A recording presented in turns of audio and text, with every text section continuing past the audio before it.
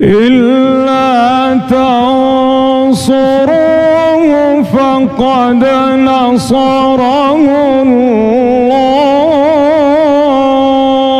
الله إذ أخرجه الذين كفروا ثاني اثنين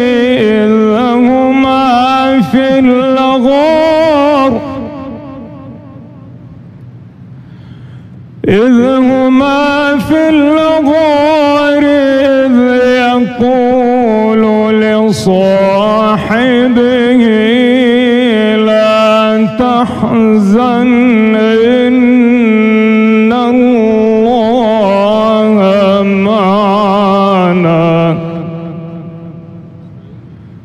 فأنزل الله سكينته عليه وأيده بجنود لم تروها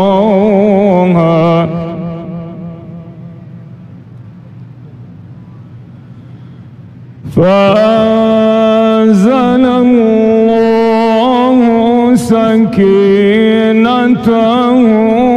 عليه وأيده بجنود لم تروها وجعل كلمة الذين كفروا السفلى وكلمة الله هي العليا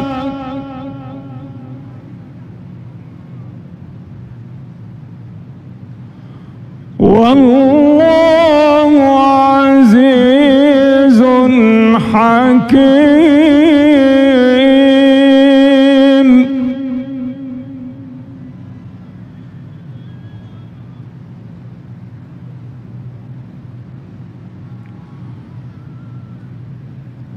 فأنزل الله سكينته عليه وأيده بجنود لم تروها وجعل كلمة الذين كفروا السفلى وكلمة الله هي العليا والله عزيز حكيم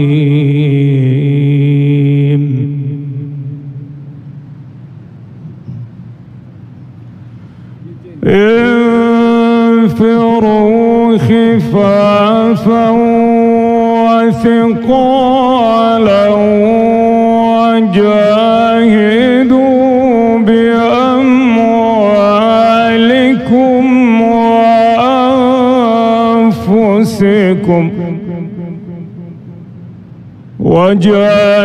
وجاهدوا بأموالكم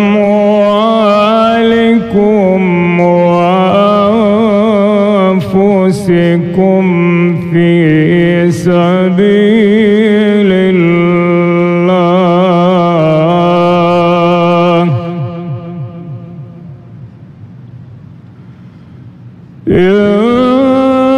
انفروا خفافا وثقالا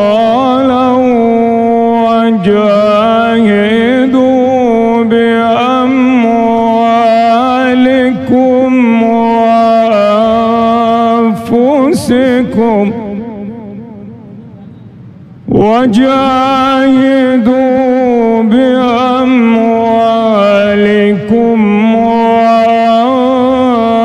وأنفسكم في سبيل الله ذلكم خير لكم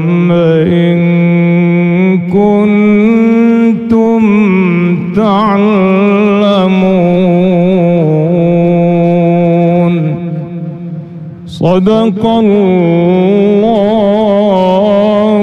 العظيم. على نية القبول. الفاتحة.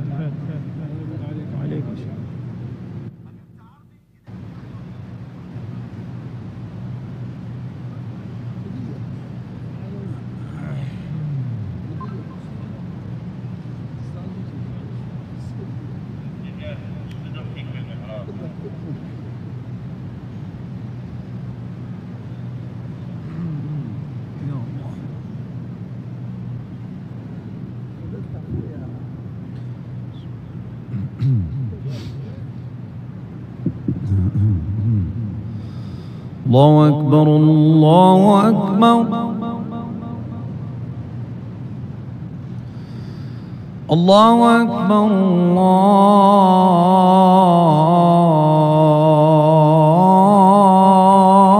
الله أكبر.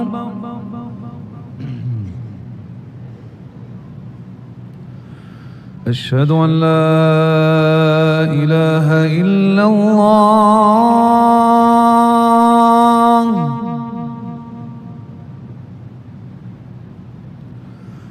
أشهد أن لا إله إلا الله.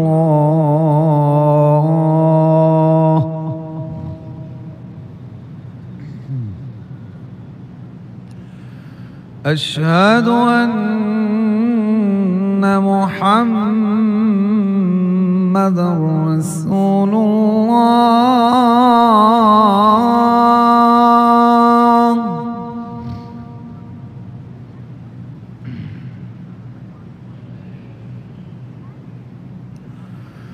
أشهد أن محمدًا رسول الله.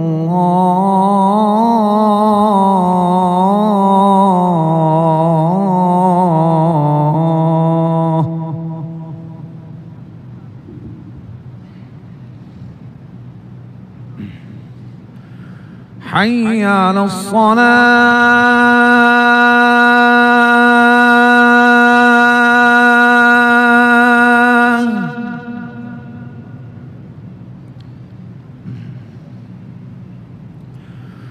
حي على الصلاة.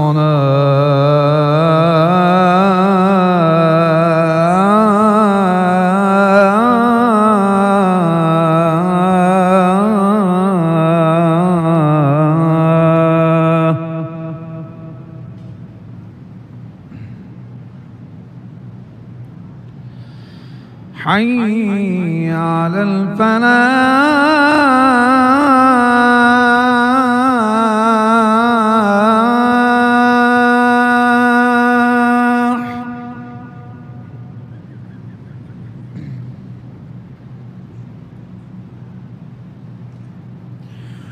حي على الفلاح.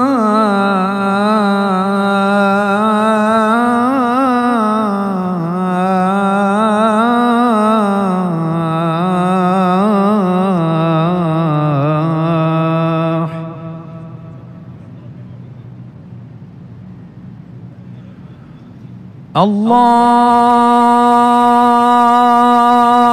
أكبر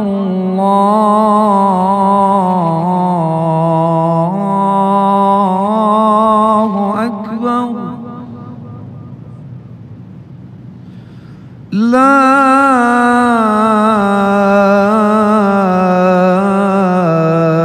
إله إلا الله.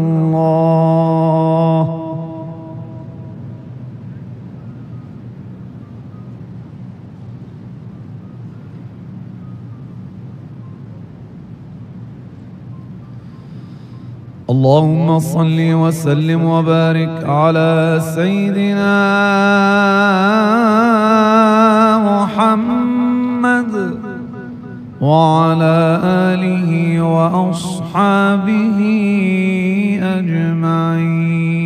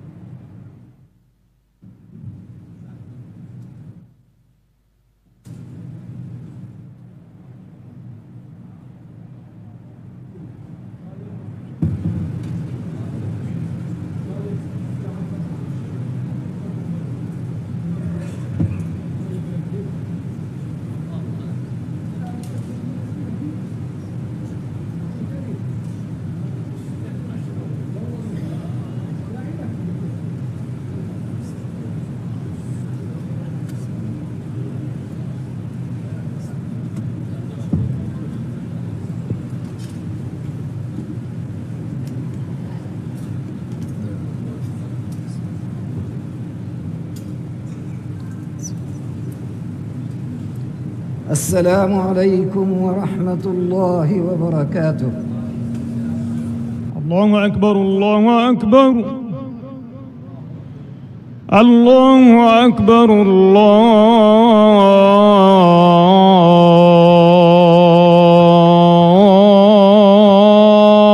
الله أكبر. أشهد أن لا إله إلا الله.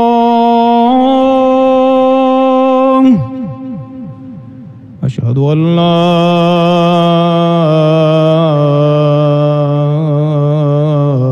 إله إلا الله.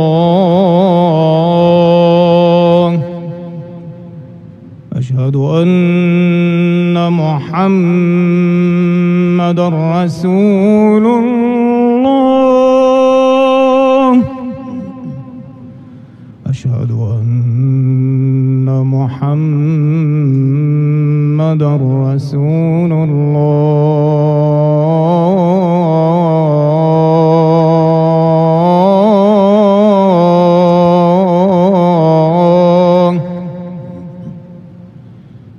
حي على الصلاة.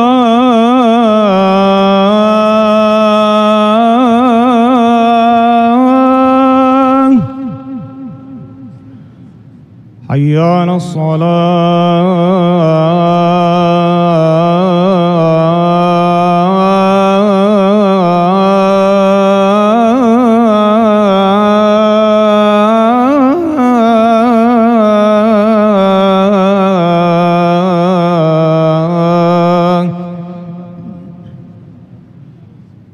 حي على الفلاح.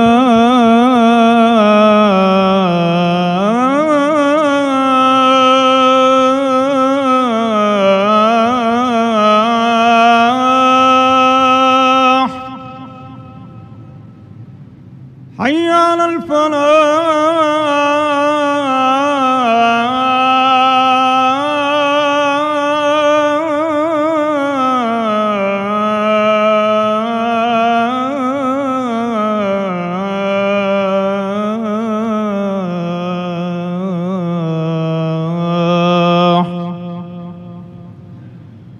الله أكبر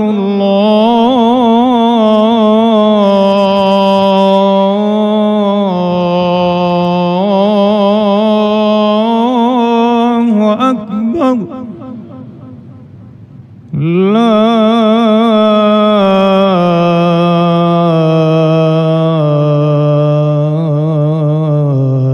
إله إلا الله.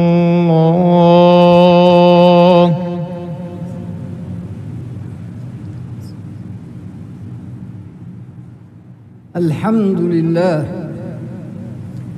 جعل الأيام دولا بعدله، وجعل العاقبة للمتقين بفضله. فقال جل من قائل: وذكرهم بأيام الله. وأشهد أن لا إله إلا الله وحده لا شريك له، له الملك وله الحمد، بيده الخير وهو على كل شيء قدير. وأشهد أن سيدنا وحبيبنا وقدوتنا وقائدنا محمدًا عبد الله ورسوله، صلى الله عليه وعلى آله الطاهرين وصحابته الغر الميامين، ومن سار على نهجهم واقتفى أثرهم واستنى سنتهم إلى يوم الدين. وبعد أيها المسلمون، أيها المرابطون في بيت المقدس وأكناف بيت المقدس، يا أبناء ديار الإسراء والمعراج، من أيام الله في شهر الله المحرم، يوم التأريخ بهجرة المصطفى صلى الله عليه وسلم، وهو يوم عظيم من أيام الله تعالى، نصر فيه رب العالمين رسوله الأمين ثاني اثنين إذ هما في الغار، إذ يقول لصاحبه لا تحزن إن الله معنا.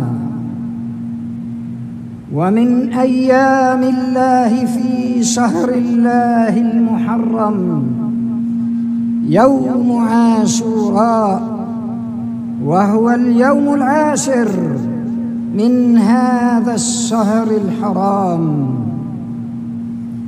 ولذلك سمي بيوم عاشوراء. وملخص العبرة في هذا اليوم أن الله سبحانه وتعالى نصر عباده المؤمنين، وأيد كليمه موسى عليه السلام بأن أغرق طاغية العصر فرعون الزمان في ذاك الوقت، بأن أغرق طاغية العصر فرعون الزمان في ذلك الوقت في اليم، وصار آية وعبرة لمن يعتبر. فنصر الله سبحانه وتعالى نصر رسوله موسى عليه السلام بالبحر الذي أغرق الطغيان والعلو والاستبداد والكفر، ونجى الرسول وأمته المؤمنة بالله. نعم، إنه يوم من أيام الله تعالى نصر الله فيه الحق وهزم فيه الباطل، نصر فيه المستضعفين في الأرض وجعلهم أئمة في هذه الأرض في الوقت الذي أغرق فيه الكفر وأعوانه، وأصبحوا حديثا لولا كتب الله المنزلة لما عرفته الأمم. أيها المسلمون، يا أبناء ديار الإسراء والمعراج، أيها المرابطون الصادقون في المسجد الأقصى المبارك وفي القدس الشريف وفي كل بقعة طاهرة من ديار فلسطين المقدسة. نعم، إنه يوم من أيام الله تعالى صامه رسولنا الأكرم صلى الله عليه وسلم وحث على صيامه شكرا لله تعالى، لأن الأنبياء والمرسلين كلهم يدعون إلى توحيد الخالق وإلى نصرة الحق، والله سبحانه هو الذي ينصر الحق وينصر المظلومين وينصر المقهورين، وهو بحوله وعزته وقوته له جنود السماوات والأرض، وما يعلم جنود ربك إلا هو. أيها المسلمون، يا أبناء ديار الإسراء والمعراج، ولنا في يوم الهجرة الشريفة لنا فيها عبر ومواعظ ودروس لا تنتهي حتى قيام الساعة. لنا فيها ما نتزود به من عتاد الصبر والثبات والرباط والانتصار للحق وقول الحق والتوجه إلى الحق تعالى باسمه الحق، أن يحق الحق بكلماته ويبطل باطل المجرمين والكافرين والمتغطرسين. أيها المسلمون، يا أبناء ديار الإسراء والمعراج، ولكم أن تتصوروا يقين موسى عليه السلام وهو يردد: إن معي ربي سيهدين. ولكم أن تتصوروا وتدرسوا وتتيقنوا بوعد الله تعالى لحبيبه الأكرم ولرفيقه في الغار، وهو يقول له: لا تحزن، إن الله معنا. نعم أيها المسلمون، إن الله مع المرسلين ومع الصادقين من أتباعهم المؤمنين. فماذا كان في طريق الهجرة الشريفة؟ سراقة بن مالك يتتبع خطى الرسول الأكرم صلى الله عليه وسلم لتغوص قدم حصانه في الأرض، ثم يطلب الأمان من الرسول صلى الله عليه وسلم ليأمر أبا بكر صاحبه في الغار، صاحبه في رحلة الهجرة، صاحبه في كل الأيام الإيمانية الصادقة: اكتب له يا أبا بكر أمانا، فارجع يا سراقة، ارجع يا سراقة، ولك سواري كسرى. الله أكبر، الله أكبر. ما أعظم الإيمان، وما أعظم اليقين، وما أعظم الإخلاص حينما يصدق خالصا لله تعالى.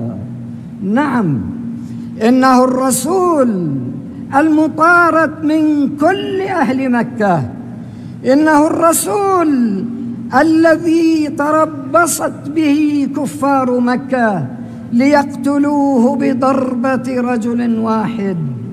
ينصره الله، يؤيده الله، يقهر الله هؤلاء المجرمين، هؤلاء الكفرة، هؤلاء الظالمين، ويرد كيدهم إلى نحورهم مقهورين. يقول أبو بكر رضي الله عنه: يا رسول الله، لو نظر أحدهم تحت قدميه لرآنا. فماذا يكون جواب الواثق، جواب المتيقن من نصر الله، جواب اليقين الخالص؟ يا أبا بكر، ما ظنك باثنين الله ثالثهما؟ وتمضي الرحلة الشريفة أيها المسلمون، وتفتح كسرى، وتفتح أرض كسرى وأرض الروم، ويؤتى بسواري كسرى في زمن الفاروق عمر رضي الله عنه، ويلبسهما بنفسه لسراقة بن مالك، وهو ينظر إلى ذراعيه كأن الرسول صلى الله عليه وسلم ينظر إليهما. هذا هو اليقين أيها المرابطون، هذه هي الثقة بالله وبنصر الله وبعون الله لمن أخلص الإيمان والنية لله تعالى. ألم يروي لنا الفاروق عمر رضي الله عنه عن رسول الله صلى الله عليه وسلم قوله: إنما الأعمال بالنيات وإنما لكل امرئ ما نوى، فمن كانت هجرته إلى الله ورسوله فهجرته إلى الله ورسوله، ومن كانت هجرته إلى دنيا يصيبها أو امرأة يتزوجها فهجرته إلى ما هاجر إليه. إنها النوايا التي تفرق بين ما كان خالصا لله تعالى وبين ما كان لنيل عرض من أعراض الدنيا الفانية. إنها هجرة الحبيب الأعظم وصحبه الكرام الذين تخلوا عن كل مظاهر الحياة الدنيا، خرجوا عن المال والولد وعن الأوطان وما فيها، مهاجرين إلى الله تعالى يبتغون من الله فضلا ونصرا ورضوانا، فكان لهم ذلك. أقاموا عزة الإسلام في مدينة الهجرة الشريفة طيبة الطيبة، المدينة المنورة التي أنارها نور الحبيب الأكرم صلى الله عليه وسلم.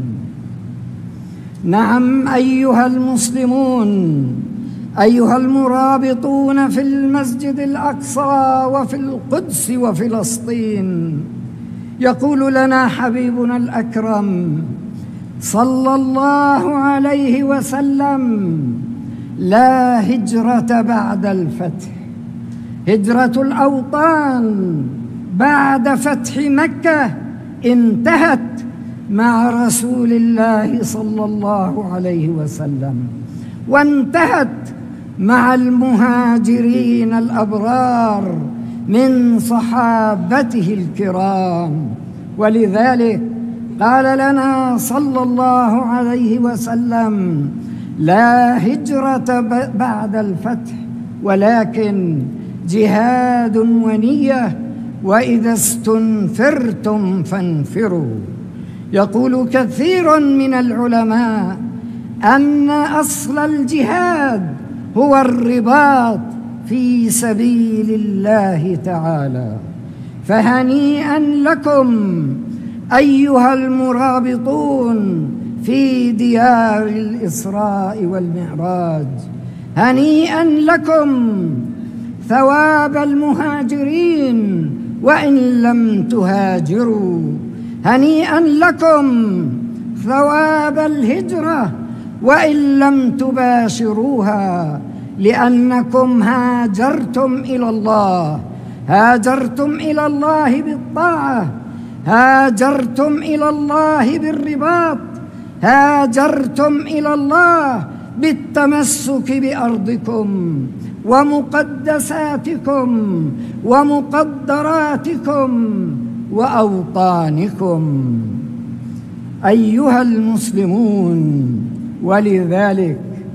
ولذلك لا يستغرب أن نرى شعبنا الصابر المرابط الثابت على الحق والإيمان يرحل في غزة من مكان إلى مكان، يهجر في غزة من مدينة إلى أخرى، من أرض إلى أخرى، ولكنه يرى في غزة، كل غزة، أنها وطنه الذي لن يهاجر منه ولن يخرج منه مهما كانت التضحيات، ومهما كان ظلم الظالمين، ومهما كان خذلان المتخاذلين، ومهما كان تآمر المتآمرين.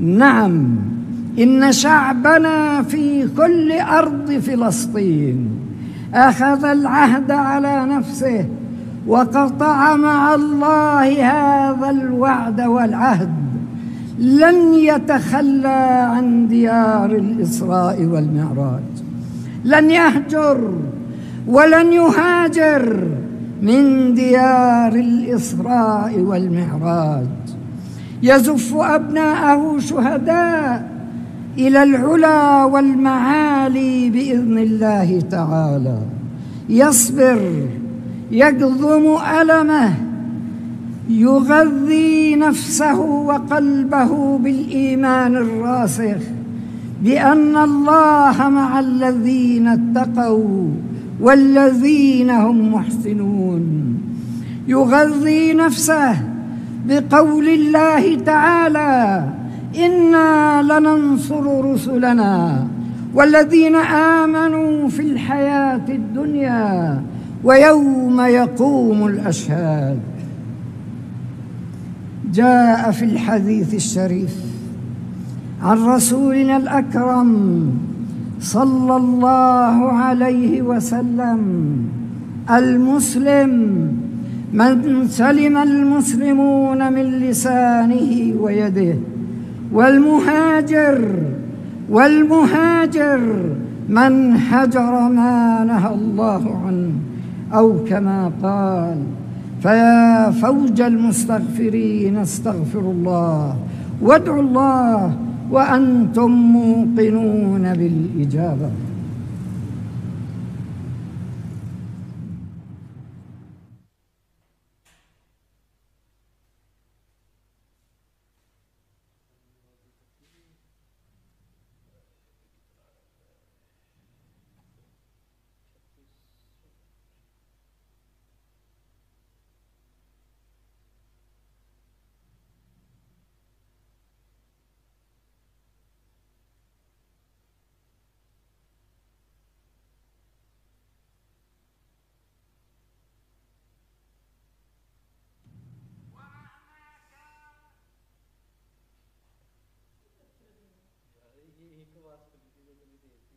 الحمد لله وحده، والصلاة والسلام على سيدنا محمد لا نبي بعده، وأشهد أن لا إله إلا الله أحب لعباده أن يعملوا لدينهم ودنياهم حتى يفوزوا بنعم الله وينالوا رضوانه، وأشهد أن سيدنا محمدًا عبده ورسوله أدى الأمانة وبلغ الرسالة ونصح للأمة، وتركنا على المحجة البيضاء ليلها كنهارها لا يزيغ عنها إلا هالك. أيها المسلمون، يا أبناء ديار بيت المقدس وأكناف بيت المقدس، يا أبناء ديار الإسراء والمعراج، من مظاهر الهجرة في هذه الأيام أن نهجر المعاصي والآثام، وأن نهجر كل ما حرمه الله ونهانا الله عنه. نعم أيها المسلمون، إننا إذا هجرنا المنكرات وتوجهنا إلى الله بالطاعات كنا من المهاجرين إلى الله تعالى، وكنا من الحائزين ثواب الهجرة الشريفة بحول الله تعالى. نعم أيها الإخوة الكرام، يا أبناء ديار الإسراء والمعراج، جدير بالمسلمين كل المسلمين أن يهجروا المعاصي والآثام، وأن يهجروا مخالفة الله تعالى، وأن يعلموا جميعاً أن الله سائلهم عما فعلوا في هذه الحياة الدنيا، إن خيراً فخير، وإن شراً يجازوا عليه بالشر. نعم أيها المسلمون، إن الله سبحانه وتعالى يحصي أعمال العباد لينشرها لهم يوم القيامة كتباً في رقابهم: اقرأ كتابك كفى بنفسك اليوم عليك حسيبا. أيها المسلمون، وفي ذكرى يوم الهجرة وأيامها البليغة والكثيرة، وفي الوقوف عند عبرها ودروسها وأحكامها وآثارها نقول إن الهجرة الشريفة جعلت أبا بكر رضي الله عنه يحارب المرتدين لإقامة الإسلام بعيداً عن كل ما يشوبه أو ينقصه، قائلاً: والله لو منعوني عناقاً أو عقالاً كانوا يؤدونه لرسول الله لقاتلتهم دونه.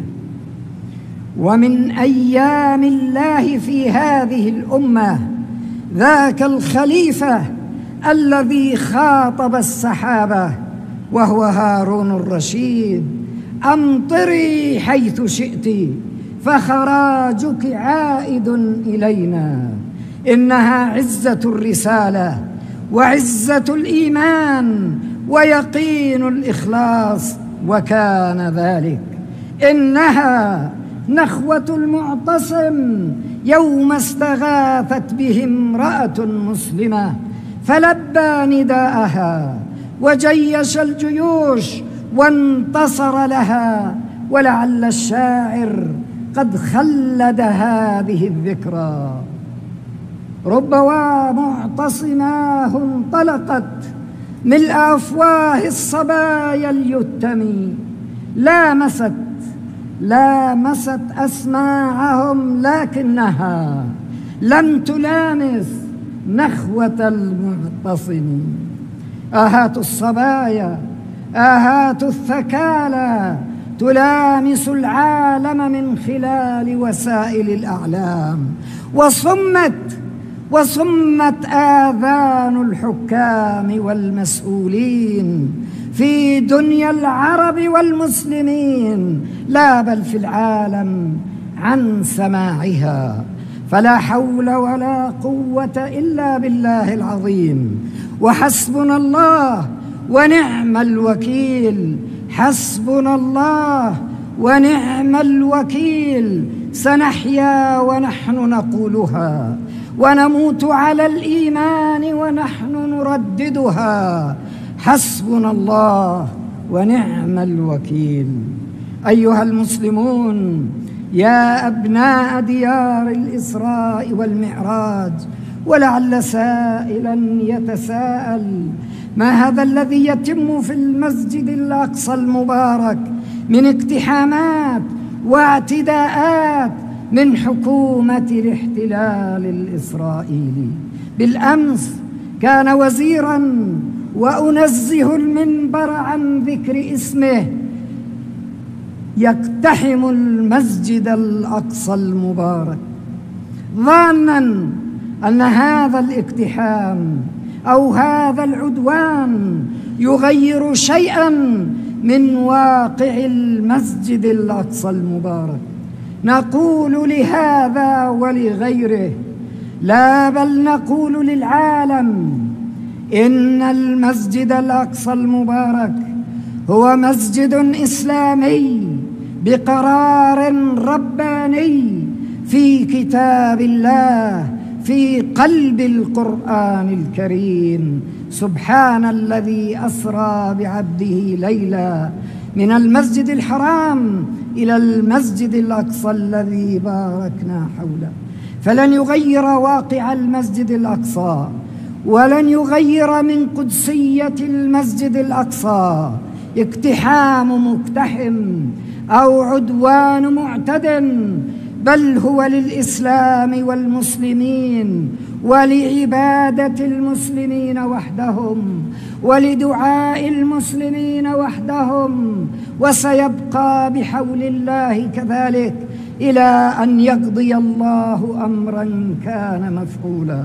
اللهم ردنا إليك ردا جميلا، وهيئ لنا وللمسلمين فرجا عاجلا قريبا، وقائدا مؤمنا رحيما يوحد صفنا ويجمع شملنا وينتصر لنا. اللهم عليك بالظالمين فإنهم لا يعجزونك. اللهم انتصر لأطفالهم الرضع ولشيوخهم الركع، وارحم أمواتهم وتقبل شهداءنا يا رب العالمين. وسنقيم صلاة الغائب على أرواح الشهداء بعد أداء صلاة الجمعة. تقبل الله منا ومنكم الصالحات. وأنت يا مقيم الصلاة أقم الصلاة. الله أكبر الله أكبر. أشهد أن لا إله إلا الله. أشهد أن محمدا رسول الله. حي على الصلاة، حي على الفلاح. قد قامت الصلاة، قد قامت الصلاة. الله أكبر الله أكبر. لا إله إلا الله. استقيموا واعتدلوا يرحمكم الله. استووا واعتدلوا أثابكم الله. القدم إلى القدم والكتف إلى الكتف. يستقيم الصف. رحم الله امرأ سوى نفسه. الله أكبر الله أكبر. بسم الله الرحمن الرحيم. الحمد لله رب العالمين الرحمن الرحيم مالك يوم الدين. إياك نعبد وإياك نستعين. اهدنا الصراط المستقيم صراط الذين أنعمت عليهم غير المغضوب عليهم ولا الضالين.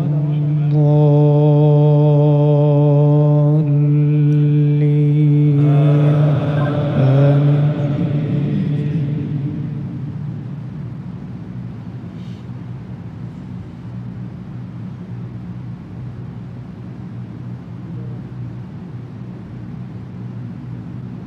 وأوحينا إلى موسى أن أسر بعبادي إنكم متبعون. فأرسل فرعون في المدائن حاشرين إن هؤلاء لشرذمة قليلون وإنهم لنا لغائظون وإنا لجميع حاذرون. فأخرجناهم من جنات وعيون وكنوز ومقام كريم. كذلك وأورثناها بني إسرائيل فأتبعوهم مشرقين. فلما تراءى الجمعان قال أصحاب موسى إنا لمدركون. قال كلا إن معي ربي سيهدين. فأوحينا إلى موسى أن اضرب بعصاك البحر فانفلق فكان كل فرق كالطود العظيم. وأزلفنا ثم الآخرين وأنجينا موسى ومن معه أجمعين ثم أغرقنا الآخرين.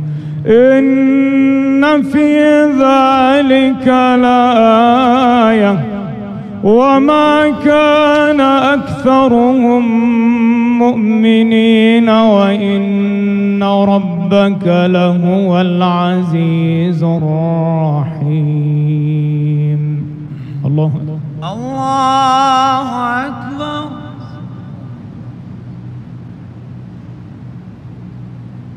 سمع الله لمن حمده. ربنا ولك الحمد. الله أكبر. الله أكبر. الله أكبر. الله أكبر. الله أكبر.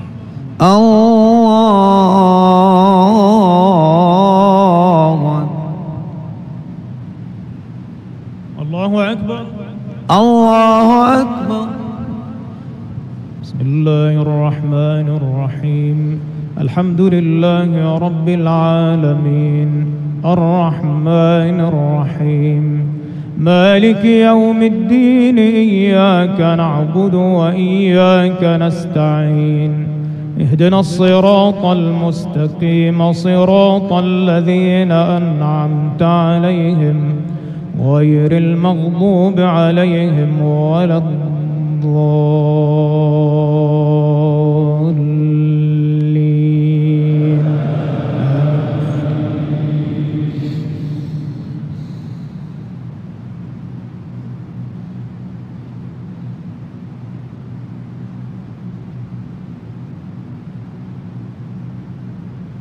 يا أيها الذين آمنوا إن تنصروا الله ينصركم ويثبت أقدامكم والذين كفروا فتعسا لهم وأضل أعمالهم ذلك بأنهم كرهوا ما أنزل الله فأحبط أعمالهم أفلم يسيروا في الأرض فينظروا كيف كان عاقبة الذين من قبلهم دمر الله عليهم وللكافرين أمثالها ذلك بأن الله مولى الذين آمنوا وأن الكافرين لا مولى لهم. الله الله أكبر. سمع الله لمن حمده. ربنا ولك الحمد. الله أكبر. الله أكبر. الله أكبر. الله أكبر. الله أكبر.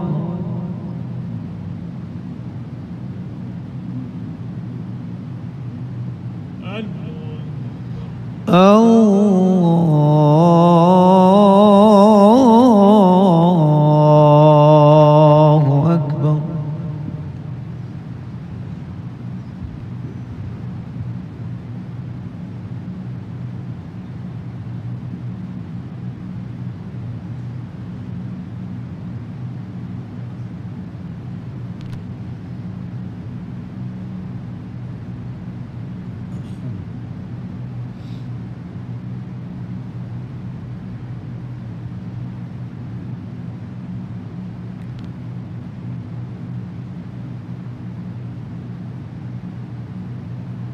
السلام عليكم ورحمة الله. السلام عليكم. السلام عليكم ورحمة الله. السلام عليكم ورحمة